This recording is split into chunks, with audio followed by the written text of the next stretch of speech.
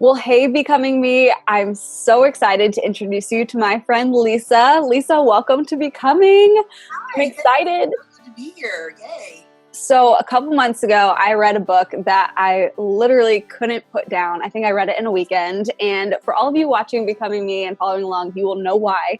It's called Put Your Warrior Boots On. And I talk about warrior boots all the time. And so, when I had the opportunity to connect with Lisa and hear her story and share it with you, I couldn't be more honored and excited. So I can't wait for you all to hear her story today. And I mean, to kick it off, like, Lisa, who's Lisa? What are some of the fun things about you?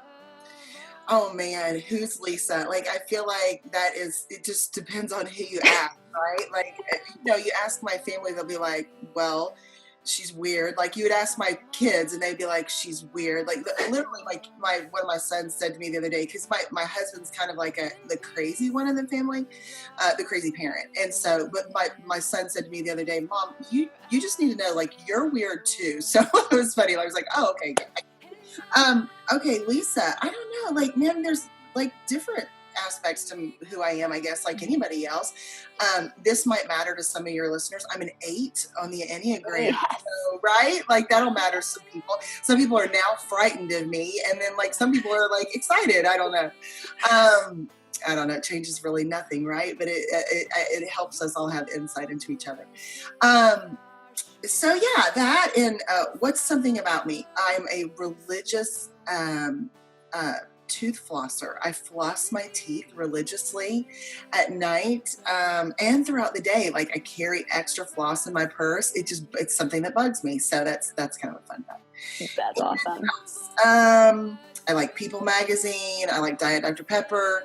And yeah, I write books and I speak. And Jesus is the greatest love of my life. And he's everything to me.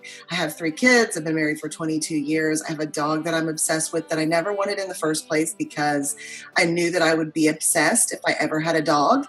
So, and it's happened. So yeah, those are some things about me. I also love interior design. I wanted to be an interior designer. I wanted to either be a lawyer or an interior designer, and I'm neither. So I don't know if that makes me unsuccessful or just smart. I'm not sure which. That's awesome, though. And you have great style, too. Every time I get on Instagram or see what you're wearing in your stories, I'm like, where does Lisa shop? You have cool clothes. I love it. Well, I'll tell you this, I don't spend a lot of money on stuff. So it's like a game for me, right? So, like, you gave me the greatest compliment, because to me, I like to look like in my house, for instance, I like to have my house look like it may be expensive or something, but I secretly didn't spend money on it. So it's like a quest. It's actually kind of sick. It's probably sick. There's something wrong with me. But I'm kind of a bargain shopper, and I like to find things that don't cost a ton of money, but that I love. So I'll find something that's expensive that I like, and I'll think, I'm going to find that, but for like $20. You know what I mean? So Yeah. That's smart. I mean, you're being money smart. It's great. I love it. Well, hey, I know that through some of your writing and how I've been following you and getting to know your story, I've been able to glean bits and pieces of it. And I would love for you to just take some time right now and unpack your story. Like, what has made Lisa who Lisa is today? Man, it's been like a mixing bowl, right, of all these experiences of my life. My journey has not been conventional. I don't really know anybody who has. So I was born into the family of a pastor. So my longest relationship has been with the church, other than Jesus Christ, who I came to know in my heart when I was 6 years old.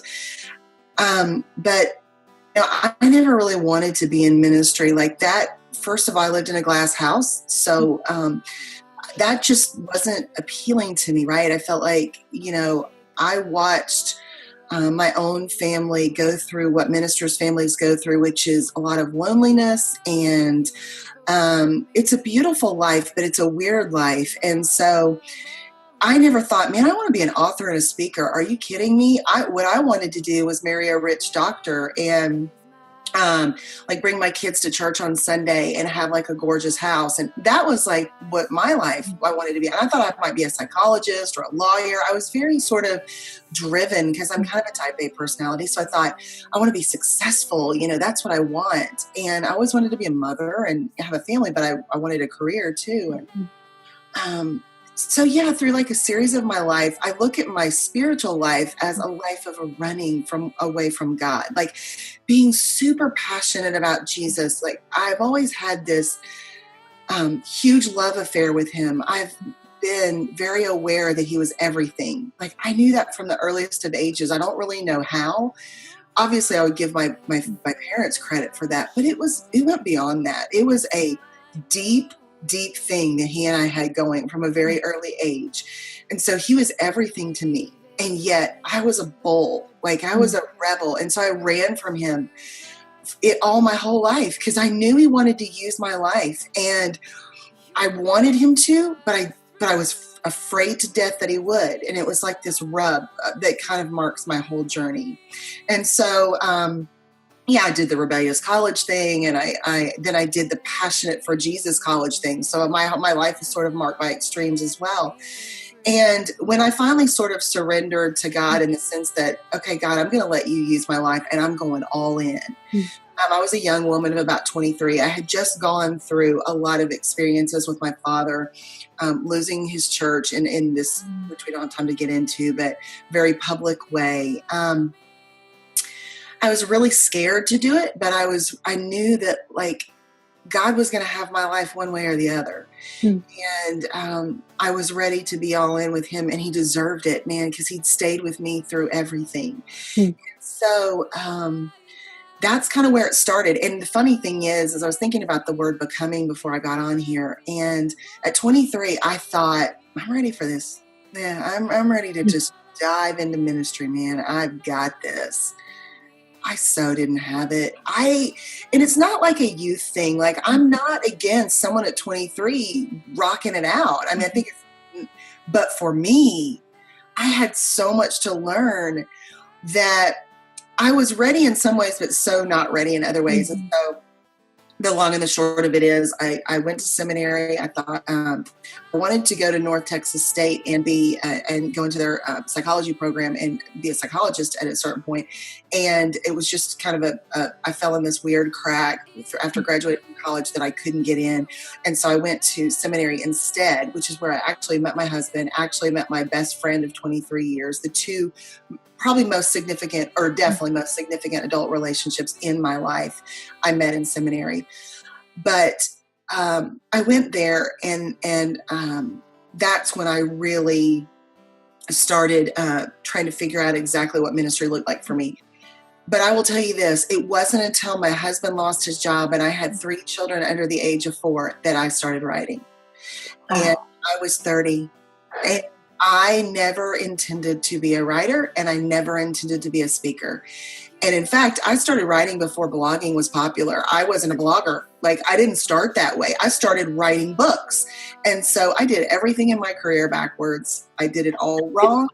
I didn't have an agent, none of that. And so my journey is just super unconventional. But what I can say is the one constant is that Jesus has pursued me relentlessly. He deserves every bit of my life. And I finally came to my senses and realized that. And so that marks everything I do now. The reason why I mess around a lot about a lot of stuff, I'm the biggest goof. I'm super sarcastic. And there's tons of stuff that I don't take seriously. But the one thing I take really seriously is Jesus Christ.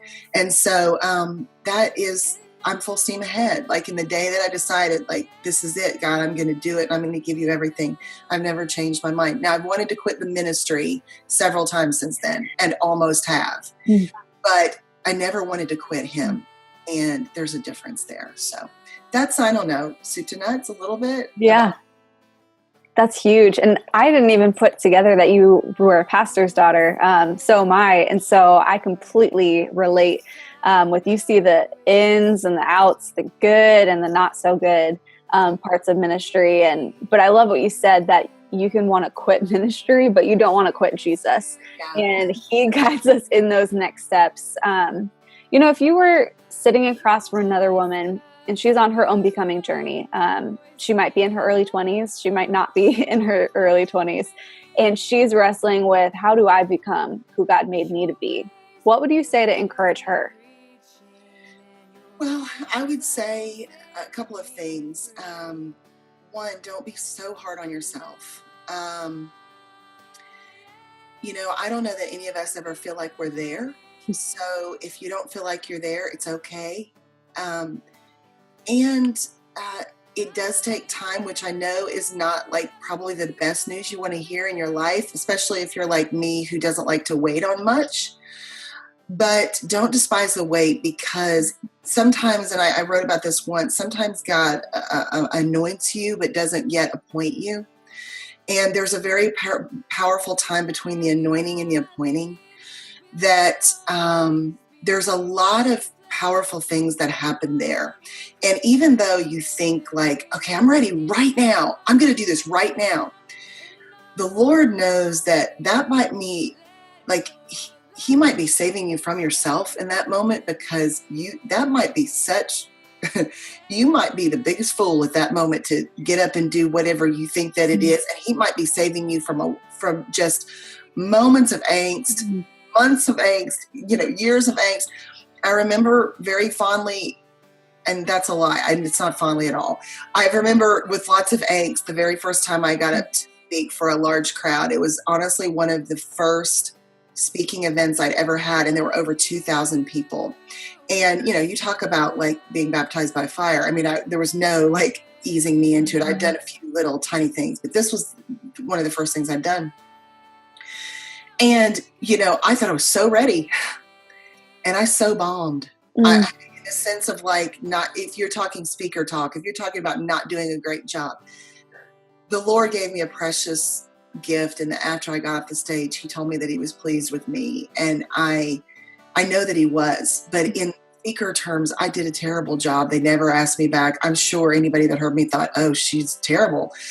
But, and there were times I thought, Lord, why didn't you like withhold that event from me? Because I wasn't ready yet, And I've never forgotten that, though. Anytime I've wanted to hurry up, I've thought it could be that I'm not ready yet, and I don't want to rush the stage, before I'm ready. And so the becoming journey is really important. Sometimes there's an anointing and not yet appointing. That's for someone listening.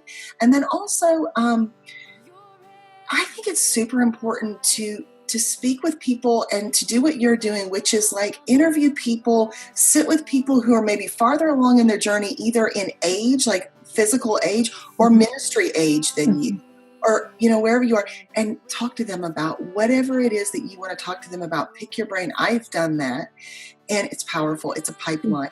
And so becoming is an important thing to understand, that it's not an overnight process. It is a process. And, if we rush it, we might get to do things, but we sorely miss out on the beauty of the whole process. And so I hope that encourages somebody that's listening. I mean, that already encourages me. So I know it'll encourage the Becoming Me community, because it's so true what you said. We might want to rush and do things, but you could miss out on you in the process. Or even as you talked in your story, your relationship with God, and like he is number one. And it's not worth it to go do things and get stuff checked off your career to-do list if you miss out on that. And so I love how you described just being in process and embracing that. That was great. Thank you. So you've mentioned that you're a writer, you're a speaker. If someone wanted to connect with you, read some of your books, where would they go to do that? Yeah, they can go to LisaWhittle.com. I mean, could it get simpler, right? Oh. LisaWhittle.com is really where you can find me. It's all the Perfect. All the books, everything's there. And I have free resources. I've got free Bible studies. In fact, I'm getting ready to launch another free Bible study in January. So I don't know when this is going to air, but that's awesome. 5-day Bible study. Yeah. So that's just got a bunch of stuff coming down the pipe. Lots of exciting stuff in January, actually. That's really exciting. And we'll have all the links for all of you watching right in this post, so you can easily click and get connected with Lisa and her books. I cannot recommend her resources more. They've been an encouragement to me, and I know they will be for you as well. So Lisa, thanks for sharing your story and for encouraging us today. I really appreciate it. Thank you so much. It's been good to be with you. I love what you're doing here. It's great. Thank you.